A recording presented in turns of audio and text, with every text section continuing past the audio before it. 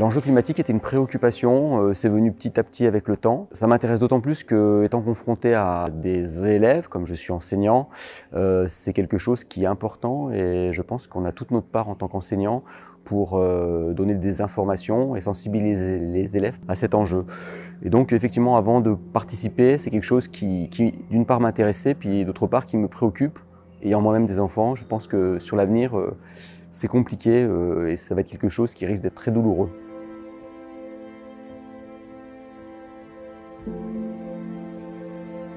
Le premier week-end fut un week-end de découverte parce qu'on s'est rencontrés, on s'est présentés, les enjeux nous ont été expliqués. C'était très dense en termes de contenu, c'était très intéressant mais très dense. On a eu beaucoup d'apports théoriques. Et c'est vrai qu'on ne savait pas trop où on allait et on était beaucoup plus, on pourrait dire, élève et dans l'écoute qu'acteur. Ce week-end-là, et je trouve, dans ce qu'on a fait aujourd'hui, est beaucoup plus intéressant puisque ce matin, on nous a présenté les scénarios. C'est quelque chose qui est intéressant, proposé par l'ADEME. Et cet après-midi, le fait de réfléchir, de travailler dessus, d'analyser ces scénarios, c'est quelque chose qui est beaucoup plus vivant. Et puis le fait de se retrouver en petit groupe et de pouvoir discuter comme ça, de croiser les regards, on sent qu'on est dans le concret et c'est beaucoup plus intéressant et plus pratique.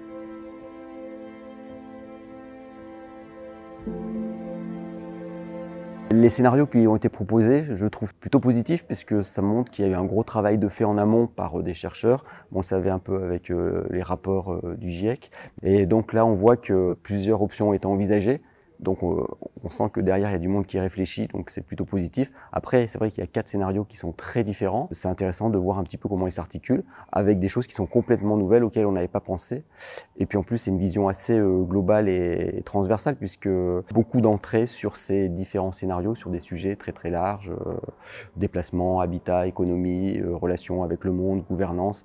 Donc c'est très très complet. Parmi les scénarios proposés, on a un premier scénario qui demande un effort très très fort de la part des populations, avec un engagement fort et une recentralisation au niveau local, alors qu'on a un scénario 4 qui est entre guillemets plus confortable puisqu'on est sur quelque chose qui n'impacte pas trop nos habitudes, mais qui est un pari et on n'a aucune gageure sur le fait que cela puisse aboutir et aller de manière positive à une réduction de nos émissions de CO2 et de gaz à effet de serre.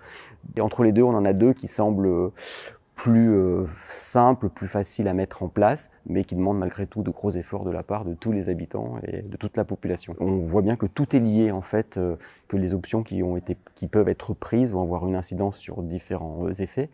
Mais ce qui est intéressant, c'est de voir que dans ces scénarios, il y a des choses qui peuvent être combinées entre elles. C'est-à-dire on n'est pas obligé de s'axer exclusivement sur un scénario. Donc on va pouvoir piocher des idées dans différentes propositions pour les articuler entre elles.